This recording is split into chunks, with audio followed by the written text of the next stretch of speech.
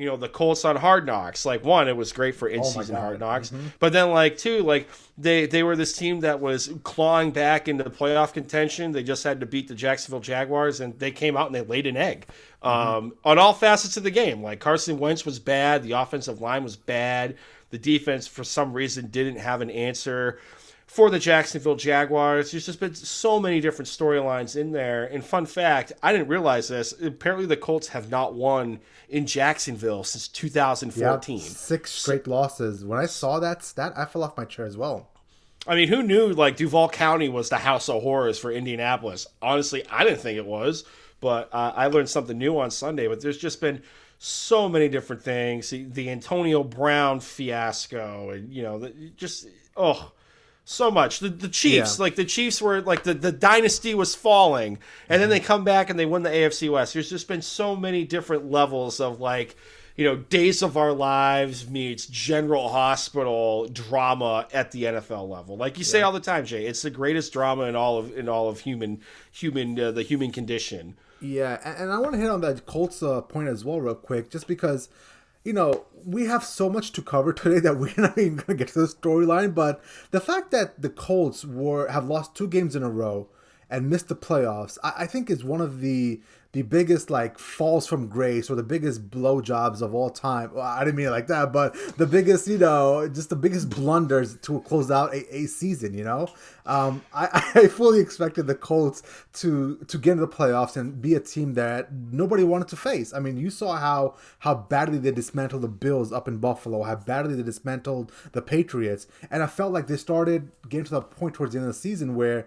maybe they started reading their own press clippings, because I've been trying to rationalize this for the last, I would say, 24 to 48 hours, wondering, how did Frank Reich, who's such a strong leader in the locker room, how did he let that team lose his last 2 games and miss the playoffs? It's very easy to point at Carson Wentz, and yes, he's a big part of it, but I think there's some bigger issues with that team, especially when it comes down to the fact that, like, Jonathan Taylor, yes, he didn't have the best of games against Jacksonville, but, like, he's a very streaky runner is what I've noticed. Mm-hmm. There'll be games where he'll be very dominant, and then there'll be games where you're like, is he okay back there? Is he alive? Is he hurt? Like, what's the deal there?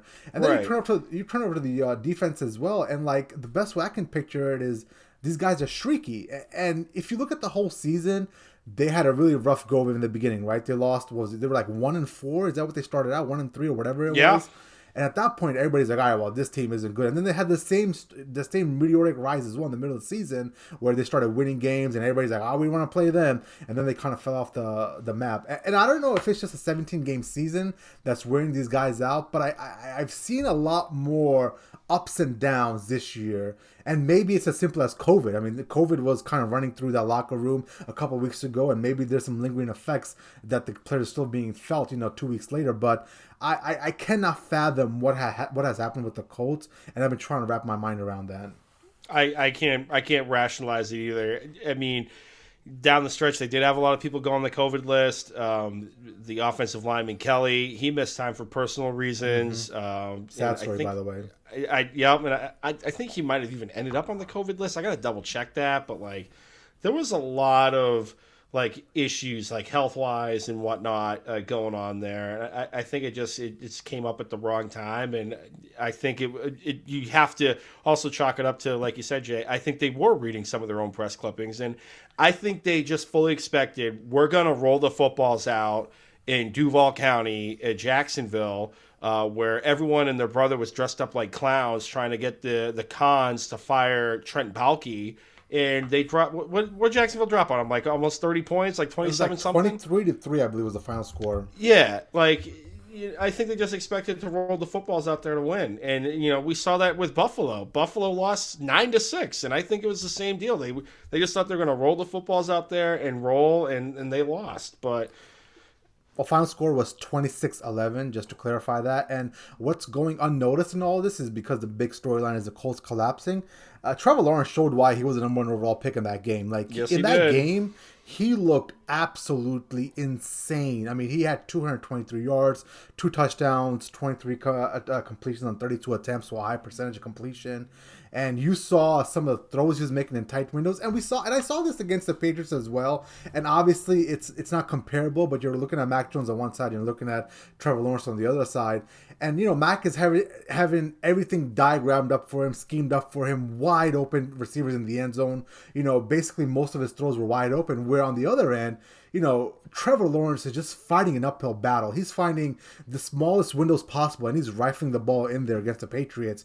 And yes, sure, at the end of the day, Mac Jones had a better stat line, but I walked away from that game thinking, I see why people are so high on Trevor Lawrence. I mean, the guy can definitely put the ball in the window. But getting back to the Colts, I think this is something that in the offseason, moving forward, the Colts need to sit down, have a hard look at themselves, reevaluate who they are in that locker room, especially the coaches. The fact that they weren't able to get these guys ready for 2 games, and to win one of those games at the end of the season to get in the playoffs. And the question that has to be asked, Carson Wentz, I'm sorry, I know he's Frank Reich's boy, and I know you have an affinity for him as well, but the fact that the Colts gave up a first-round pick for him now looks foolish. Looks absolutely foolish. You know what I'm saying? It's one of those things where they've got to reassess the quarterback position, maybe because of where they are and the fact that they're not going to be able to land a prize free agent or even trade for one of the big dogs. There's not that many great quarterbacks in this year's class. They might have to stick with them for one more year.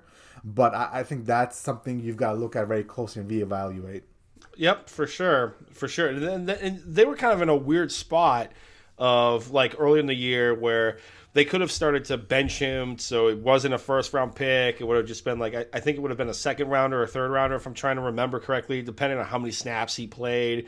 But then they started getting hot, and it's okay, well, we don't really want to end this hot streak, so we're going to live and die with him. And I think one of the last couple of snaps he took against the Pats game sealed the deal for it being a first round draft pick. So it was it was a rock and a hard place. I understand the coach's decision of you're on a hot streak, we're going to keep rolling with it and not break up the band. But yeah, looking back, a first rounder for Carson Wentz, oof for sure.